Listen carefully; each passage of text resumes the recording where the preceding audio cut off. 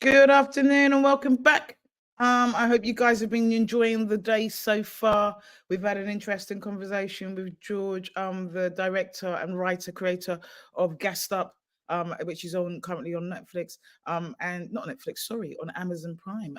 And also we spoke to Leon Main, the creator of Dreaming, not Dreaming. What is going on? Get your brain in gear, Simone. We spoke to Leon Main, the creator of Brothers with No Game, which is now going to be turned into a TV series. And he just talked about his journey, and just kind of the opportunities that he was afforded from kind of starting his creation online and the journey it's taken to TV. So thank you for being back with us. Today's a great session. I think it's a kind of really poignant one, given the troubles of that we had over the summer.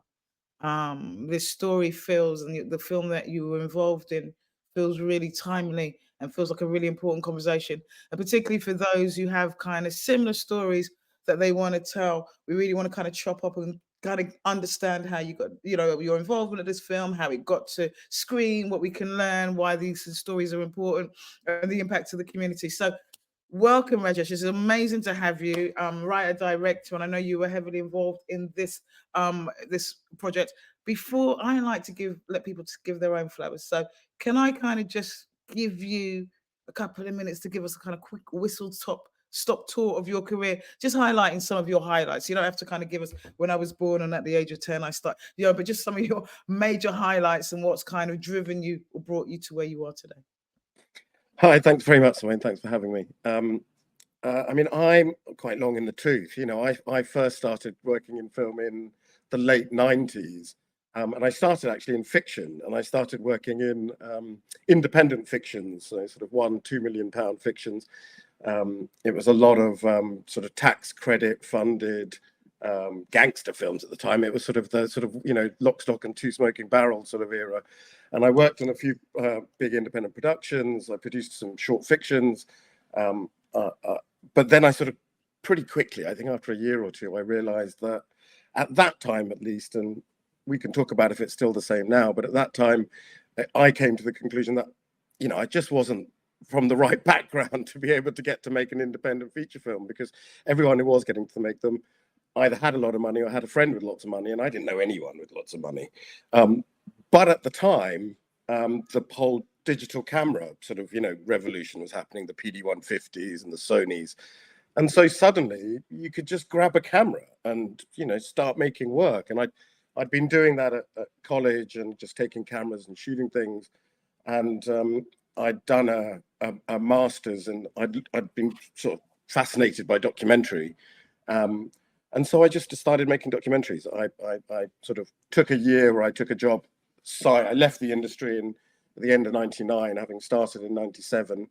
And I went and got a job for a publishing company for a year, which was an office job. And during that year, 18 months, I just wrote and came up with ideas and watched a lot of films and just prepared myself. And then I pitched a doc in 2001, which was, it was a funny one. I'd taken a summer job that summer as 2001, and I was writing letters for the Minister of Health out of a civil service building in Waterloo. And I was there one day, and suddenly the computers all stopped working, and I looked up, and everyone was like up from their desks, this big open plan office, and they were all crowded around one screen. And I wandered over to have a look, and it was basically everyone was stood there going, "Oh, there's been an accident in New York. A plane's accidentally flown into the World Trade Center." Bloody hell. And I was like, hold on. And that's weird. And there was a cafe next door. They had a TV. So I went to the cafe. I just got up and left and went downstairs to the cafe, and then just watched, the whole thing play out. Watched the second plane fly in, watched the towers come down. And something in my head just flipped. I just thought, right, this is going to change everything. And now I'm either part of the problem or I'm part of trying to find a solution, because this is going to be a lot of problems. And it was kind of fairly obvious straight away what was going to happen in terms of Islamophobia and the rise of racism and sort of that whole thing. So a week earlier, I'd had a chat with a friend who told me about meeting a former Afghan Mujahideen at Notting Hill Carnival a few weeks earlier in August. As you do. As you do. She got chatting to this guy, and she told me about it, and I got straight on the phone to her literally the next day. I was like, I want to meet your Afghan friend. He'd fought the Russians in the Soviets. And 2 days later, I was at his house in Greenford in West London having a chat with him. And 2 days after that, I was pitching my film to a small channel. And a week later, I was making that film. And it sort of started from there, really. So for me, it was always, about mission and purpose. That's always really kind of driven me. And then I sort of had a good run, 2001 to 2008. I just worked, to be honest. I just was just head down working. I traveled a lot. I lived out of a bag a lot. I made films for ITV. I made films for Channel 4. I made a film in 2005-6, which again was in a similar vein, where on 7/7 in 2005, the day of the terrorist attack, I was waiting for one of the trains that blew up. So the train that blew up just outside of King's Cross on the Piccadilly line, I was a stop and a head further down at Holborn, waiting for that train at rush hour. And I heard a crump. It was just a crump, and I didn't think anything of it. And they evacuated the station, said, "Oh, there's an issue." I went to work. I got the bus. The city seemed really mad. I was working at RDF over in West London at the time, and in Kensington. And I walked into the reception, and on the TV screens in reception, I suddenly realized what was going on. It was the terrorism. Yeah, definitely. And over the course of the day, I worked backwards from the news, and I realized that sound I'd heard was the bomb, that I'd been waiting for that train. And it kind of shook me up. I went home for the weekend. I had a weekend where my coping mechanism seemed to be making pasta dishes for all of my friends. I think I cooked like lunch and dinner twice, every day, and invited lots of people around. And on the following Monday, I'm quite a big Graham Greene fan, and I love his book Travels with My Aunt. And in my head just popped up a title, which was Travels with My Beard. Oh, wow. I just thought, this, in the same way that 9/11 had led to this wave of kind of, regression, I just knew that 7/7 was also going to, it's designed to make us fear. Terrorism is designed to divide us. It's designed to make us fearful. It's designed to make us kind of start to be divided among ourselves. And I thought, I want to take aim at that. I want to do something about that. And I came up with this idea for an immersive first-person film, Travels with My Beard. I happened to have lunch the following day with a big cheese sort of mentor filmmaker who was sort of very well established, Sundance winning, who was a bit of a mentor to me. And we were chatting about his ideas. And at the end of lunch, he was like, "So what do you think? What are you working on?" And I said, "Oh, I want to make Travels with My Beard." And I sort of told him. Little known to me, he was having dinner with the head of documentaries at the BBC that evening. And the next afternoon, I got a call saying, "Can you come in for a meeting the following day?" Came for this meeting, and by the end of the meeting, we were commissioned. And back in the old days, when that happened. But I mean, like you mentioned when you were talking about you kind of a lot of the work that you do having a purpose, and I suppose it's quite an obvious question given the film that you've been recently involved in. What is that purpose, and how do you kind of find ways to make sure? Is it in the selection of films that you take on or you work on, or is it in the selection of films that you choose to create? How does that purpose come through in your work? So, what is your purpose, and how does it come through in your work? I mean, before saying that, because I don't, the reality of this is the reality of this is that I spent, like everyone, I spent 10, 15 years earning my stripes. I did Secret Millionaire, I did Wife Swap, I did a lot of those big 2010 formats, the big primetime shows, on all the channels. And those are great training grounds. They're made by very clever people, and they're very effective structures, and you really learn about telling stories for big primetime audiences. But all the time, obviously, I think for me, my sense of purpose is about, I'm one of 1.2% of sort of brown directors in this industry, and I've grown up in that world, as we all have, in this post 9/11 world. That's been my professional life, and there's been a lot to fight against, and there's been a lot to sort of try to tackle. And I think I've been very aware that I studied economics and social sciences at university, so I was very aware of the problems that we face economically and socially and politically, and I was very aware of that from sort of mid-90s. And my dad had been quite political, and I just sort of had a sense that I realized that fame or renown or money or they don't really do it for me. What I like is, I grew up in West London, and what I like is, I think of the old graffiti boys who want to get a reach. I want to get a reach.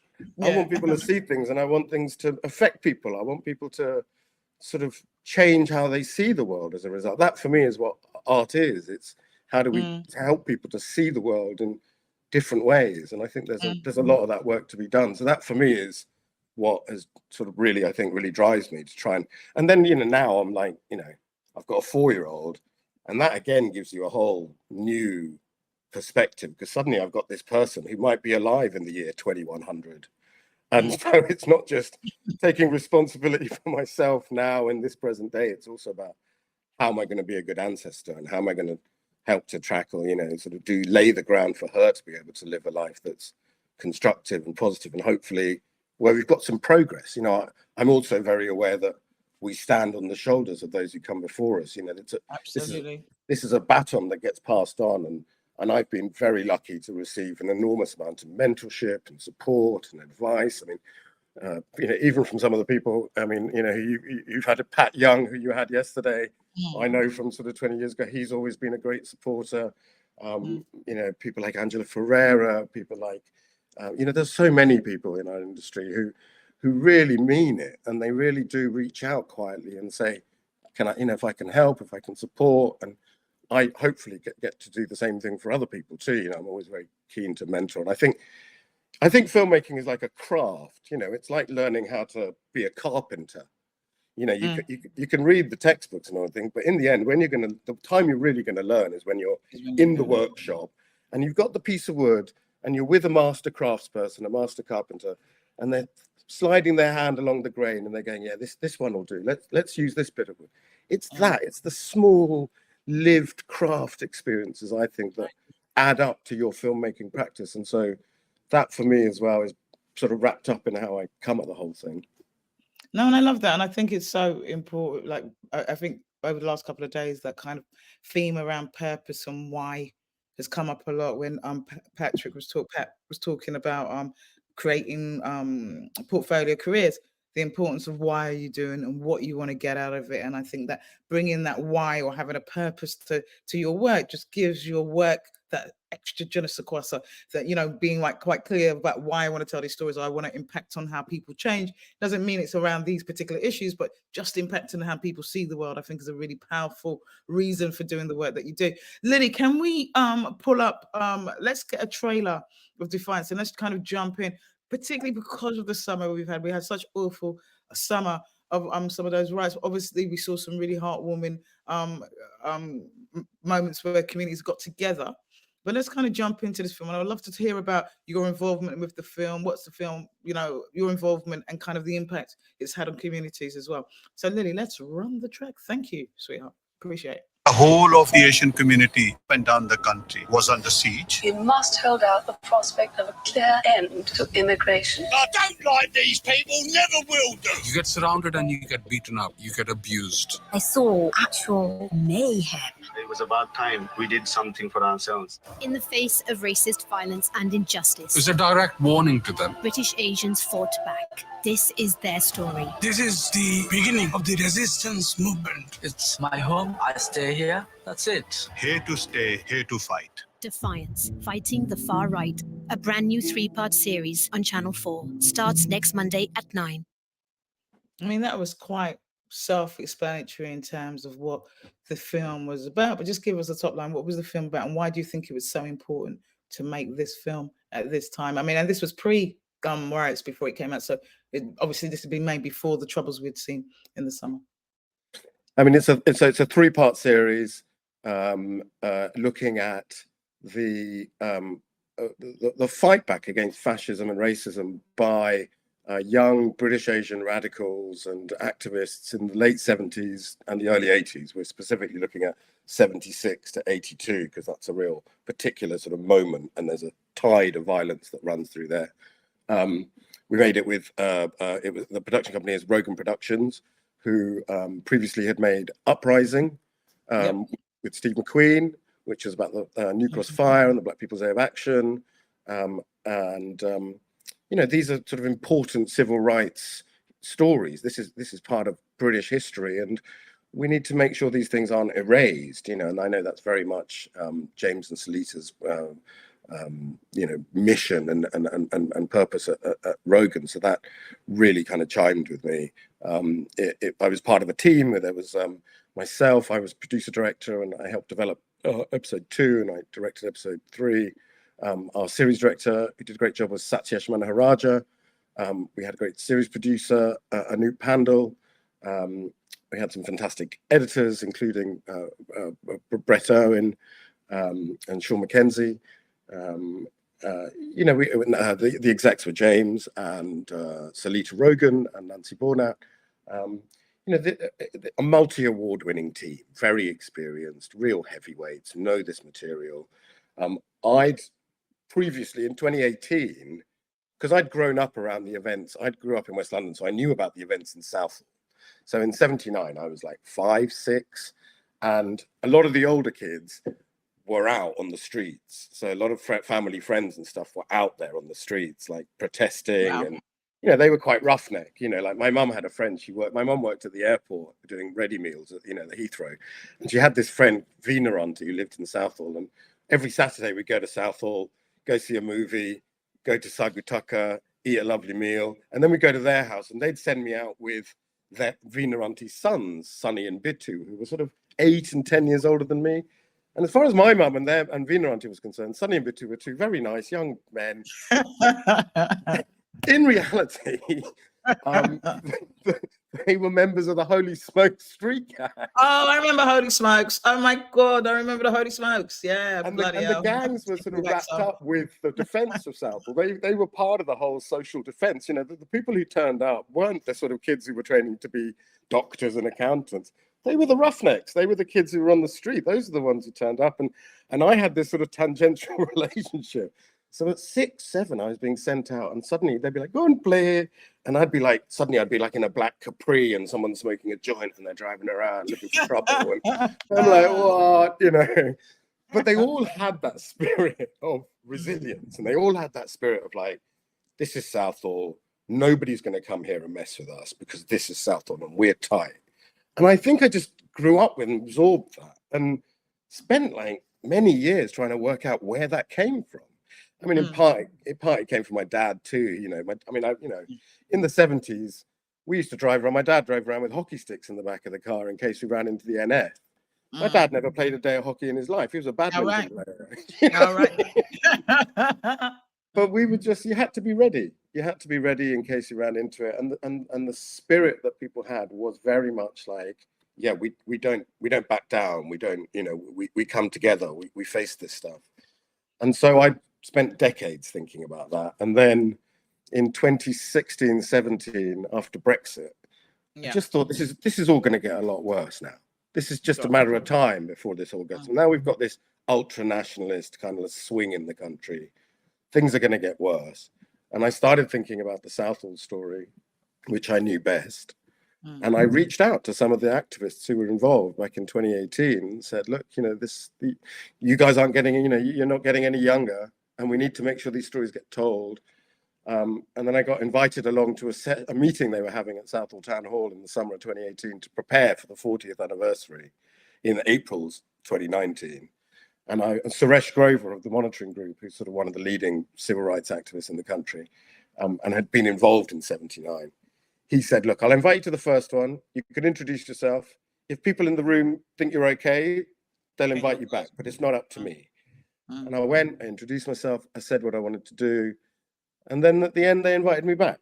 And so for the next 7 months, every Tuesday, I drove my little Fiat Panda out to Southall.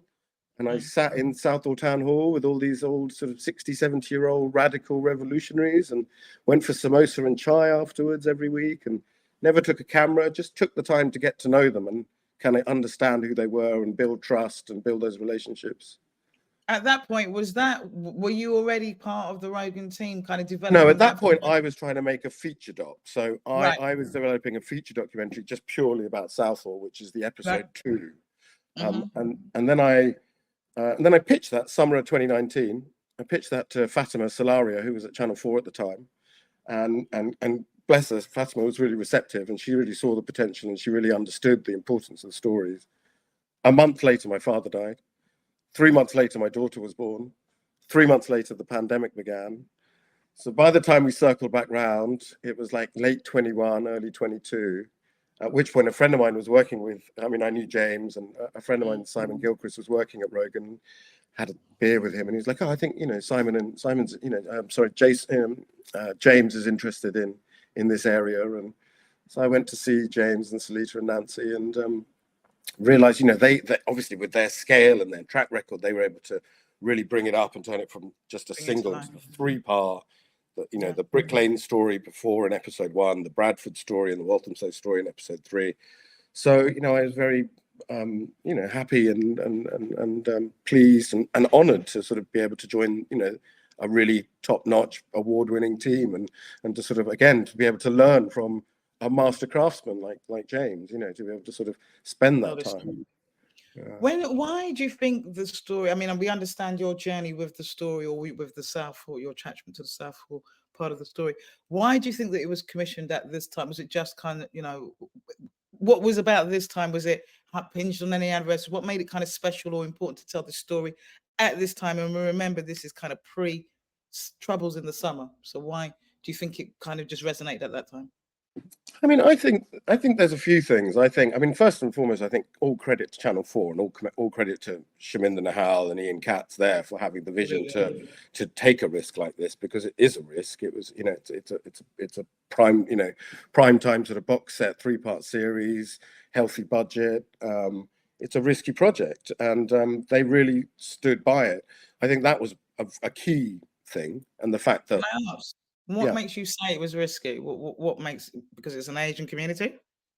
Yeah, I suspect so. I suspect from a purely commercial kind of commercial television channel perspective, it's an Asian community. Don't know if people are necessarily if the mainstream audience is going to tune into that. Don't know if it's a bit niche or obscure. These sorts of stories aren't often told. I mean, that makes them more important to tell in my book, and thankfully the channel saw that too.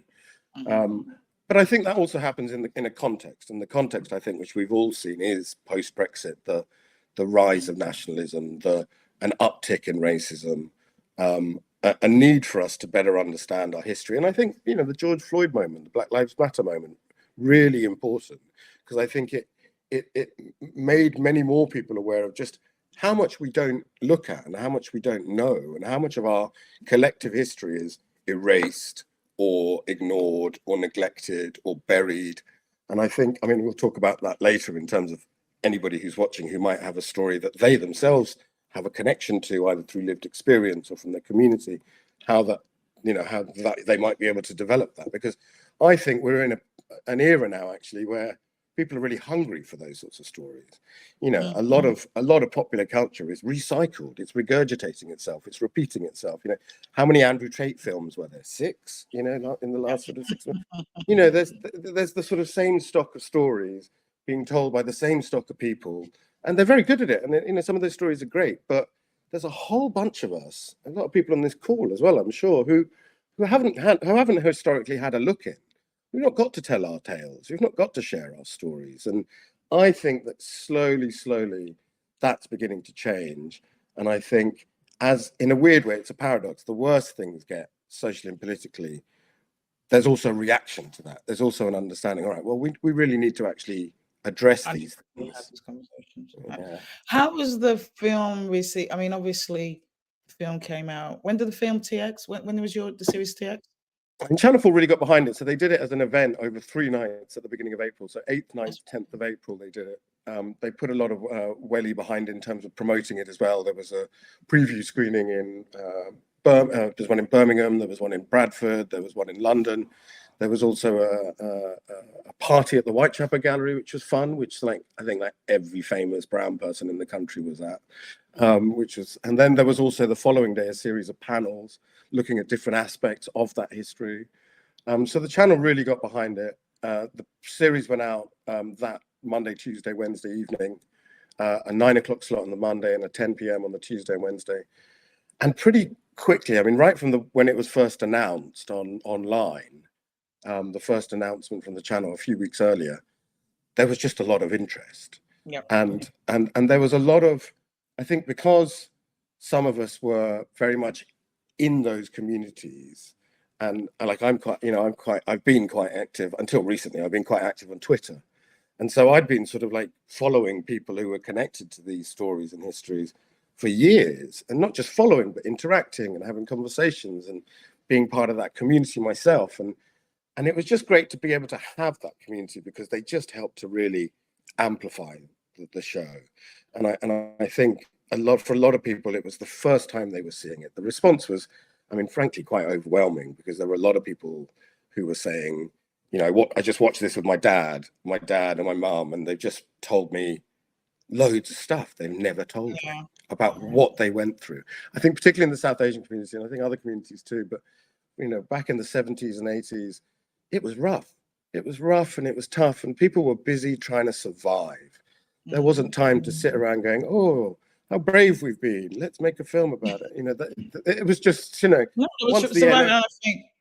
And it's very similar to the Black community. It's interesting to have a story around about the same time that talks, about the Asian community, the South Asian experience, because it was very similar. Well, do you know what I mean? People were having the same similar kind of incidences, and there was these horrific attacks that were happening. I mean, it was a terrifying time for everybody.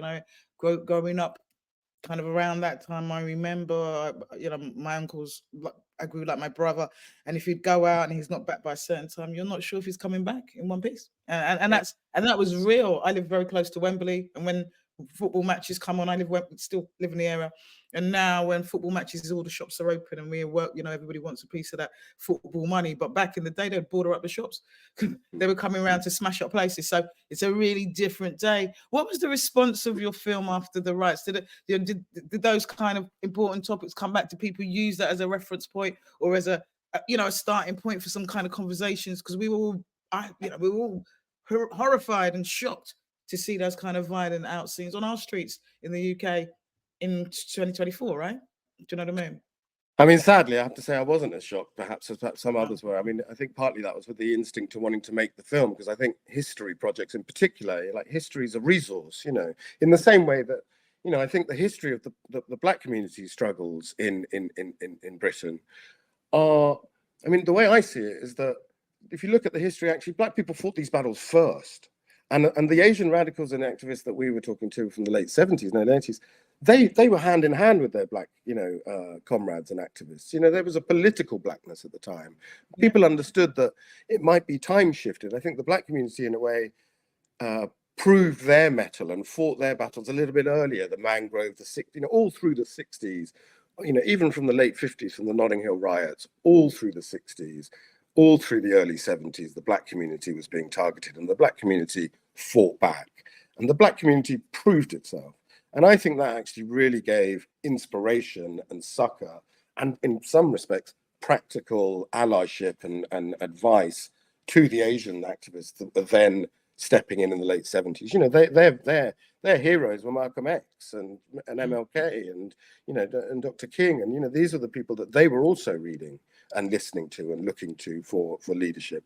So I think coming to April, when the films went out initially, it sparked a massive national conversation. I mean, literally just absolutely inundated with people wanting to talk about things, whether it's just people in their families, academics, press, events. I think it really struck a nerve, and it was really, really kind of heartening. And it had the effect that we'd all hoped for, which is that it did galvanize people. If you can show people, look, we've done this before, we've dealt with this and worse before, and we can do it again. And it's not necessarily where you repeat the same tactics, but you can borrow and learn from them and adapt them for the modern day. In the social media world, it's a whole new bunch of different games that people play, but the sort of basic sense of defiance and resilience and collective action, I think, really kind of really sort of washed through particularly the South Asian community. And then the channel, then obviously the riots this summer, and which I think did catch a lot of people off guard, but felt to me sort of like, not necessarily in that exact form, but felt like something was coming. We were building to a conflagration. It was building to, in that sort of sense of dramatic arc. You could feel it wasn't about to suddenly all just go away. You just knew it was going to get worse before it was going to start to get better.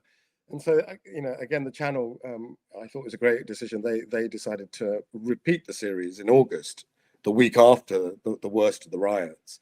And I think, again, that really helped people to think about the lessons from history and the tools, and also to think about the fact that, just the fact that, we've done this before, and people looking at their parents and going, wow, your generation, you weren't just all just like busy working all the time or whatever it is, all the stereotypes. You guys were radical. You guys were standing up for yourselves, even if you've never talked about it.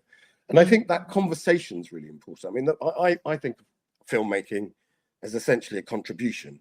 We're contributing to the conversation. And the conversation is what matters, the discourse, the public debate, the way we make sense of our world. And so I think in that respect, it's had some positive influence. I mean, We have a question. Let me put it on. There's a question from Lily. I think it's a really good one. Do you think the saturation of content that some of these stories are getting lost? Is it central place that we watch these docs as they're historical and culturally archived? Do you think some of these stories, because there's the saturation of these types of content, that some of these stories get lost? I mean, I'm not sure that this is I think it's one of the first times that I've seen a South Asian story like this. You know what I mean? Or it's probably one of the first, but the stories are kind of struggling. Do you think these stories get lost, or people get? I don't know. What's your No, I mean, as you say, I think there's a lot of these stories, and I think these stories need telling. And I don't think we're anywhere near saturation point. I mean, one series is definitely not saturation point. If we get 6 films about the same subject, then like with Andrew Tate, then come back and see me about that. But for now, we're nowhere near saturation. And there's a lot of stories that need telling. And I actually think beyond the sort of noble purpose, cause, social engagement, there's also a really strong basic business, media, commercial argument for this stuff.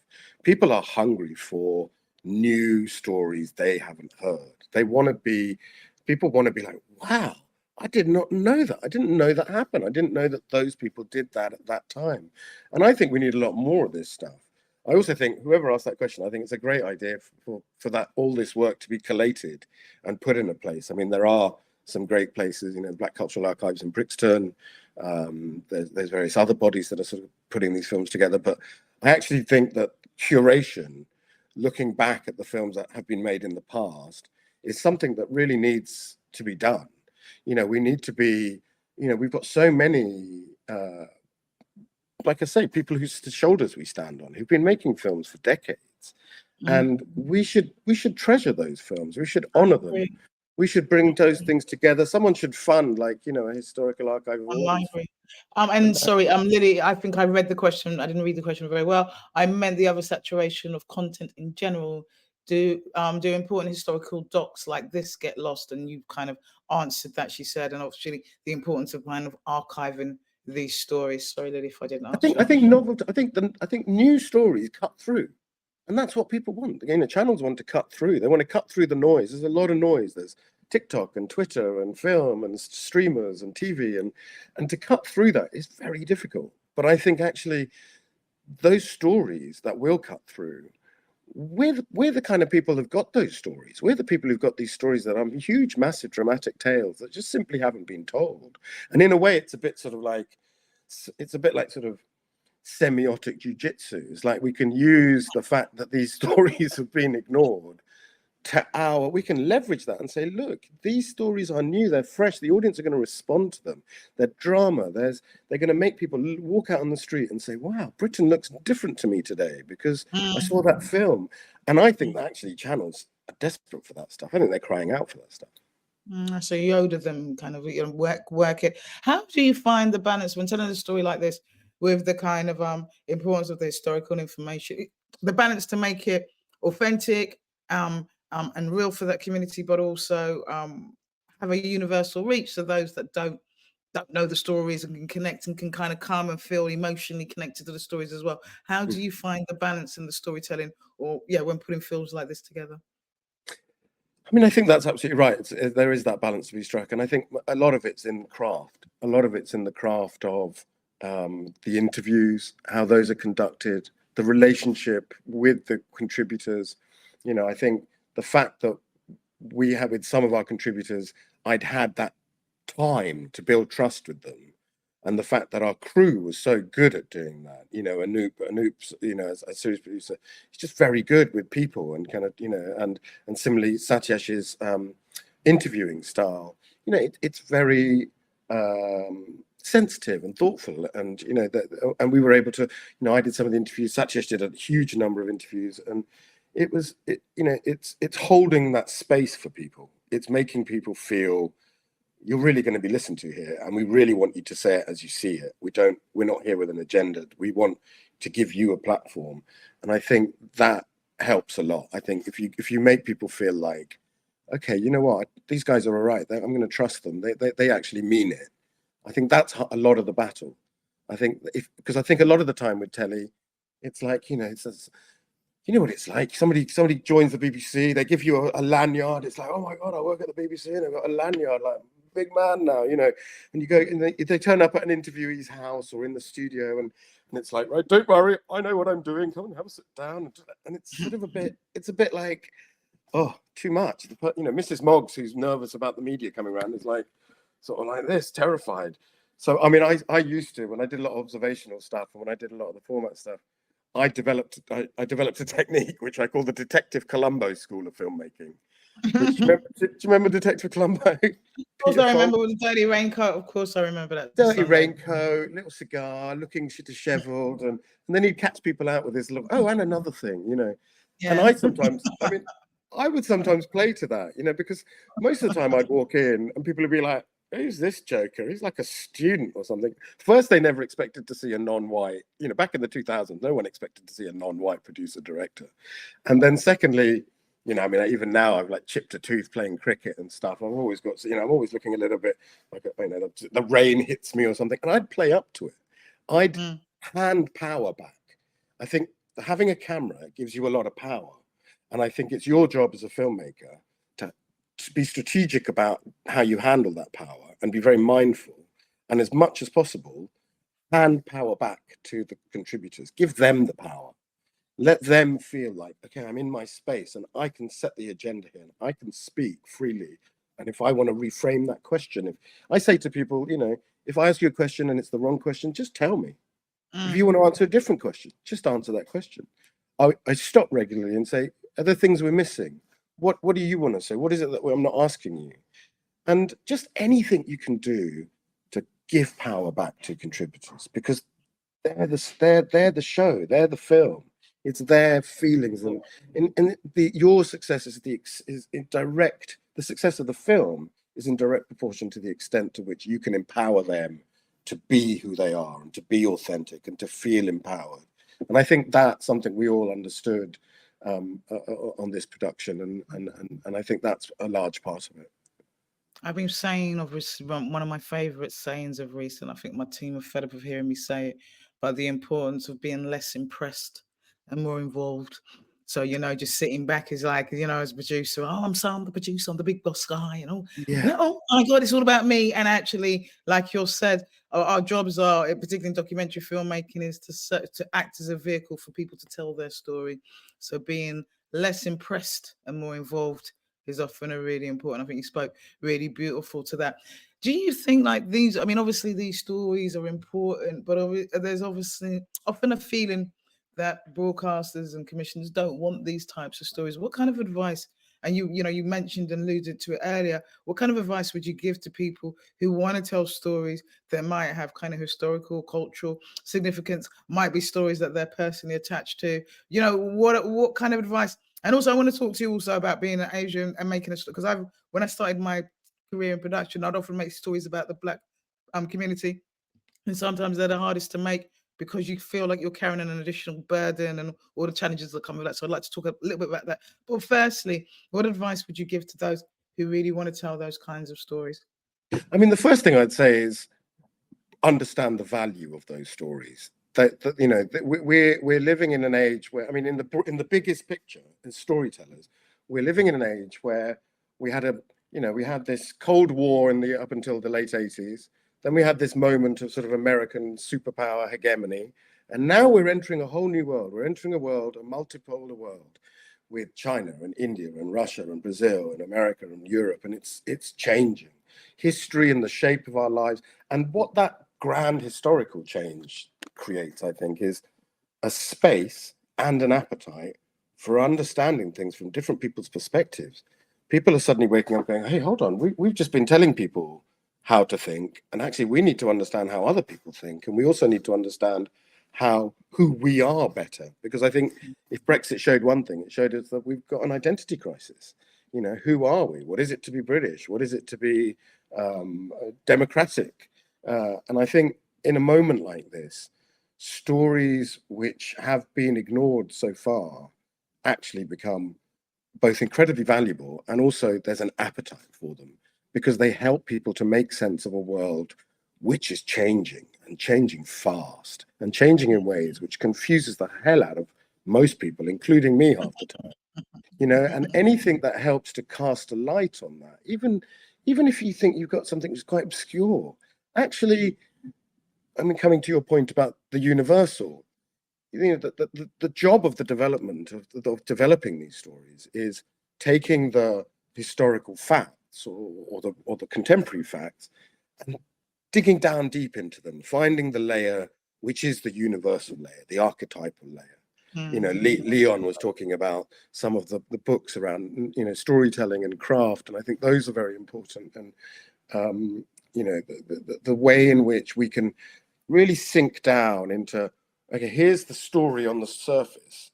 What's the sort of archetypes underneath here? What, like in a way, for example, you know, in a way you could think of Defiance as a bit like Jaws, you know, with the National Front as the shark. Nice way to look at it, right? You know what I mean? Yeah. Oh, And I that's hear.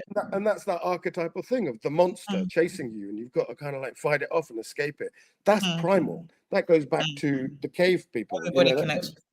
Yeah. that's built into us, and those archetypal deep stories are built into us. And I think it's about researching your story and finding and spending the time with it to dig down and find those deeper archetypal layers. And if you can find them and do that and develop your craft and do that in that way, I think you can make even the most obscure story really sing to a lot of people. And I think the novelty and the fact that we do live in this very tired kind of postmodern culture in which everything's been recycled a dozen times and we're on the fifth iteration of every major franchise, in that world, these new stories are valuable. They've got power. So have faith in your stories, is what I would say, and dig into them. And if I can ever help or offer advice, I'd be very happy to, because I think we need lots and lots of these stories. Wonderful. I mean, we've got a few questions coming in, so let's kind of, and we've got like about 10 minutes. Warris is asking, who was the primary audience for Defiance? The British Asian audience that lived through this experience, or the non-Asian audience? Is it possible to cater to both at the same time? Great question. I mean, great question. Yeah, thanks, Warris. That's a great question. I mean, I think we very much want to make you know, I think of the audience as the audience. You know, there's different sections of the audience, but the audience is the audience. And similarly to that way we're talking about the universal values, if you can get down to the universal archetypal elements of the story, then they should be able to speak to anybody who's human. I mean, obviously that's maybe framed by the culture in the country, but we certainly weren't trying to make something specifically for either the Asian community or the mainstream. You know, it's got to have that authenticity and integrity, but it also needs to be able to sort of bridge, you know, borders and reach out. In practice, I think in the first screening back in April, I do think, I don't have data on this, but my feeling would be that yes, the South Asian community formed the core audience. But it was interesting when it was repeated in August. I mean, this is judging from social media and people reaching out to me. But in August, it went across, because suddenly a lot more people were like, hey, what's going on here? Why is there riots in the streets? Why are they attacking Asian people? Why are they attacking mosques? And suddenly it began to break out of that sort of core demographic of South Asians or British immigrants more widely. And I thought that was really interesting. And I think, I do think this question, the excellent question that Warris has asked, is always worth reflecting on, because you do want to tell a story. On the one hand, you don't want to patronize a community. On the other hand, you don't want to lose a mainstream audience that may not know anything about that community. And there's a balance to be struck, and that's the sort of nitty gritty of the edit and the storytelling and the you know, the ins and outs of the actual weave. You know, does that answer the question? I'm sorry, Warris, you're putting comments if you does, but I think that's also the challenge that we got a thumbs up, so I'm assuming that was for Warris. Was that you? Give us another one. Go on, I like seeing that. Go on, give us another one. Yay! That was cool. Warris, go on, give me one more, please. Go on. Just one more. Yay! I was gonna say one of the thank you. I mean, one of the challenges often found by storytellers of color is that thing about, is it too niche, and where there's that kind of crossover. So it's always interesting to dig down, and I love what you say in terms of digging down and researching a story until you find a universal. I think that's such a beautiful thing to think about, that the more you go into the story and go deeper and deeper, no matter what that story is, there's always universal, because we're all all humans. I was going to say we're all history. We're all And humans. that's the great, but that's one of the beautiful things about storytelling, is that actually the more specific and totally like this plays these people this time, the more universal it becomes. It's that wonderful thing. But Sorry? that's a bit of a, I was going to want to say head fuck. It's a paradox. In the room, but it's just so mad that the more you dig in, the more universal. It just always blows my mind, but it's absolutely true, and I think it's so important to kind of consider that when telling stories. The more you go granular, the more universal for some random reason. I mean, I just heard today that Britain's we've declared our Oscar entry, and it's a film made by a British Indian woman in India, Santosh, which did really well at Cannes, and that's just great. The fact that we've got the British entry to the Oscars this year is made by a British Indian filmmaker set in cops in India, and I think it's ultimately it's always about the storytelling, isn't it? It's always about how you feel, whether it speaks to you, and there's a joy. I think there's a joy in meeting people that you never thought you'd meet, or getting to understand people that you just never had an insight into. That's its own joy, I think. I believe so too. We've got a wonderful question from Marina. Now archive is so expensive. How much archive budget did you have per show, or did you have a fair deal for a lot of the archive with a lawyer? I mean, without going into specific numbers, archive's expensive, and that's a big part of the challenge of making these archive-based shows.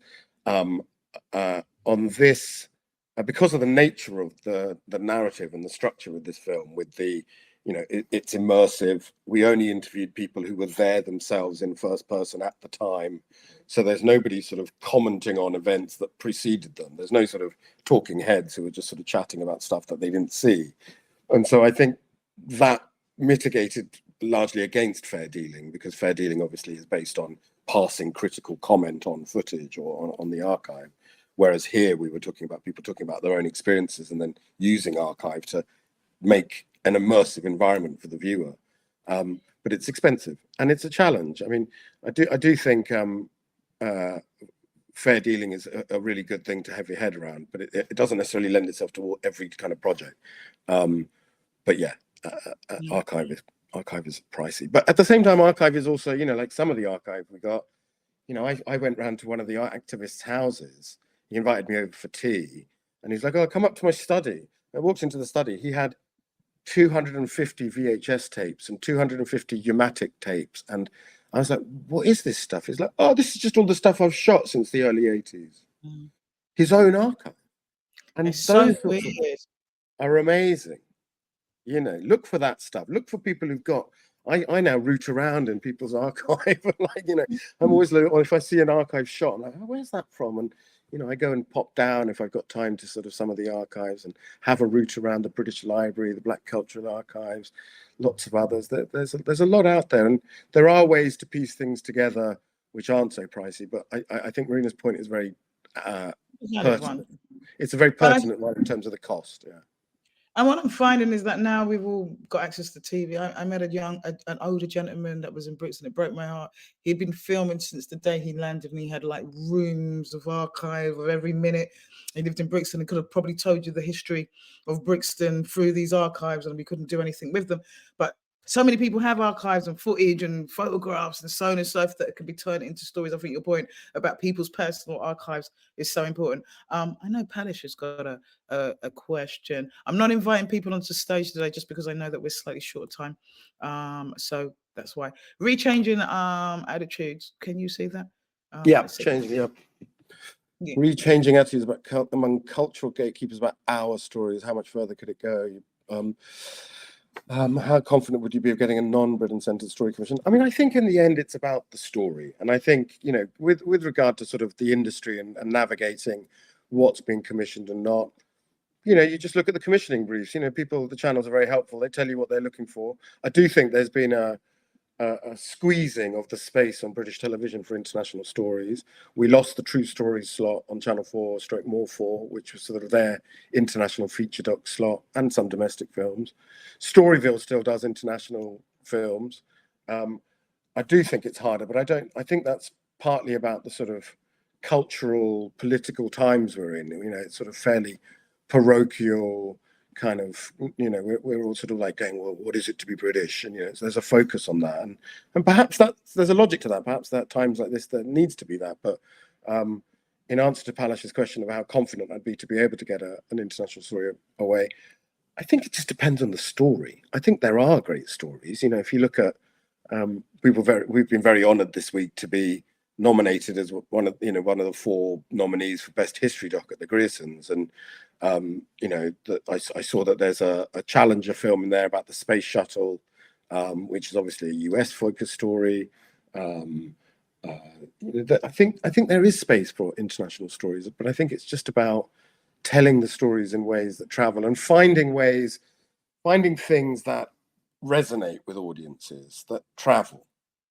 I think at the moment it's overly narrow. I think because of the sort of state of the industry and because of fear, I think it's far too narrow. People want like saying things with built-in IP, celebs, big musicians, true crime.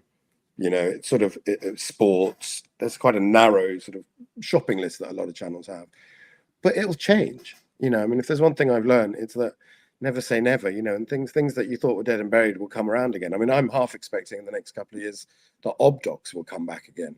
You know, you know, sort of following kind of, you know, funny. And I think, and it's funny, we had a mobile phone session, which is still blowing my mind, and I always encourage people to go and watch it. But with the introduction of mobile phone filmmaking become more and more present, kind of current place in the industry, and people using it more and technology moving, I think that the argument to do obdocs would come back because you'd really be able to get in and get into it. So I'd reckon that was true.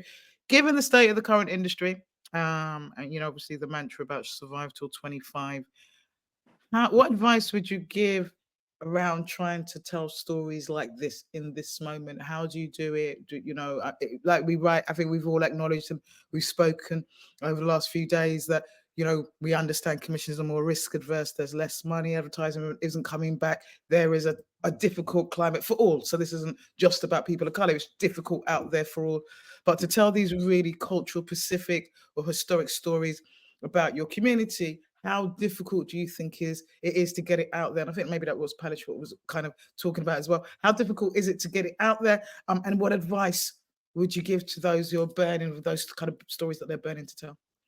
I mean, I think you're right that, you know, the industry is much more risk averse, and I mean, personally, I mean, you and I have talked about it before, Simone. I mean, people like us, I mean, you know, the industry's in a terrible state, but I mean, I've had 20 years of sort of, I feel like I've had 20 years of like recession. You know, you can make a great film and then, you know, still wait for the phone to ring, and it's sort of, you know, I think perhaps in a way that's given us more resilience and more, you know, we're like, I'm not like, oh my God, I'm going to leave. You know, one, I think we live in an age where rather than changing careers nowadays are like onions. You know, coming back to what Pat was talking about, portfolio career, you don't leave a career, you just add another layer. You know, you add something else to your onion, and I think that's one way to think about it. I think in general, not just for sort of stories about minority communities or minority groups, I think in general, the way forward, I personally think, is about strategic relationships.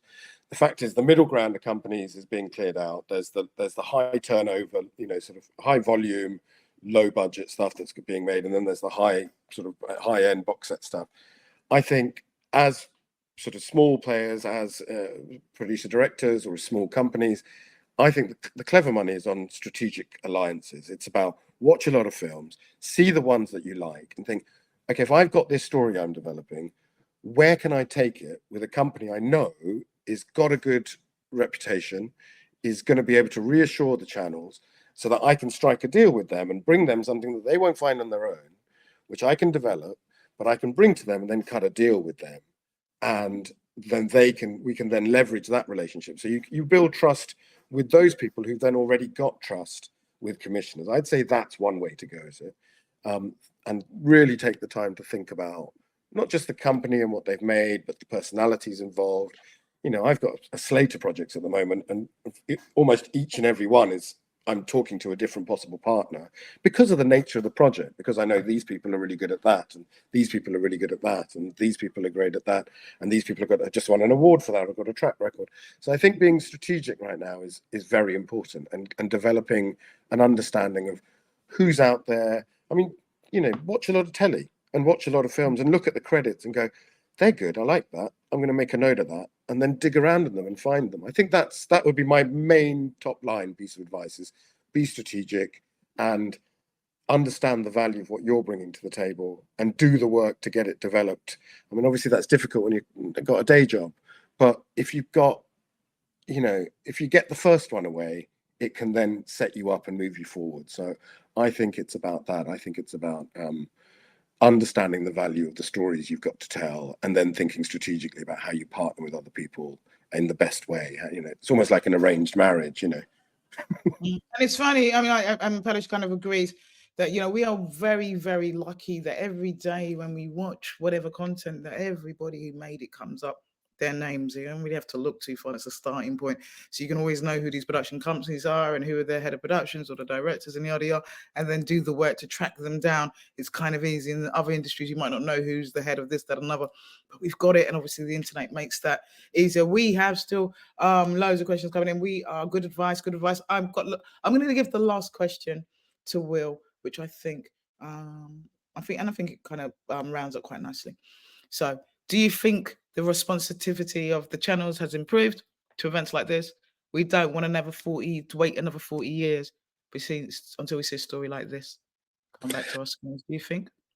I mean, I think sort of, you know, success breeds appetite. So I'm hopeful that, you know, with that Defiance can kind of contribute to the same sort of groundswell and shift for people to, you know, for commissioners and channels to understand. Look, you know, this we can make some real noise, and we can really kind of get a reach, you know, with these stories. This isn't just us being. I think in the past there's been this sort of slightly patronizing, condescending of, oh, all right, let's do a black story, let's do an Asian story, you know, throw them a crumb. But actually, that's not how it is now. What it is now is, you know, we've got the stories that people haven't heard and that they want to hear. Right. And I think we need to really understand that and really kind of run with that and feel like, again, it's that sort of jiu-jitsu thing. It's like at the time when the industry is struggling, actually, maybe we're the people with the solution. Maybe we're the people who are going to come up and innovate and come up with new stories, new ways of doing them, new ways of reaching out to communities that perhaps aren't turning into those channels. I think we can do that. I think that's what we do. We're creators. We can be creative. My dad says that necessity is the mother of invention, which I always love as a statement. So that kind of, it's a difficult moment. Let's get inventing, right? And as Paul Gaines, who we spoke to the other day from Array Productions, calls this moment the disruption. So let's go ahead and start disrupting. And rather than feeling sorry for ourselves, thinking about ways that we you know, you rightly say, there's so many stories out there from our communities that have been begging to be told. So let's not let the downtime stop us from sharing those stories. And let's help each other. I mean, in the same spirit that you've put on, you know, this wonderful festival, you know, in the same spirit that TV Collective works. Let's help each other. Let's support each other. Let's give each other time. Let's give each other support. If anybody here has got an idea, they just want to get a 5-minute chat about, just go, what do you think about this? Hit me up. I'll help you. I know. And if I don't know the subject area, I'll pass you on to someone else. And let's all do that. Let's. I think in this age, it's about. It's not about competition. It's about cooperation and competition, like cooperation or Competition. Listen, we made a new world. A competition. It's about competition right now, and I'm loving competition. I want you all to be part of the competition, right? you know what I mean? And if you want to cooperate, join the TV Collective, where there's loads of community. We've got 600 members strong. They're all similar to Rajesh. Do you know what I mean? Similar to Nicola, who's in our chat, who's an amazing producer who works on Dreaming Whilst Black. Similar to Ruiz, who's there, who's a long-term international director that we like. I don't even know why. I'm embarrassed that she's not on stage talking. Do you know I mean, what I consider Rui a mentor. I consider Rui one of the sort of like, I mean, like she's like we're all doing a little bow to our community is so rich with so much talent. And I really think the only way we're going to get through this moment is if we join together and pull together and work together. And just lastly, before we go, because I'm going to jump off, and Lily's going to kind of give us, I think it's 6:30. We've got Supercell, which is a good one as well. What? We've had a really good, do you know, I love this job, just sitting down and chatting to you guys. What, this is a job. Somebody tell me that this is a job. My God, what a bloody joy.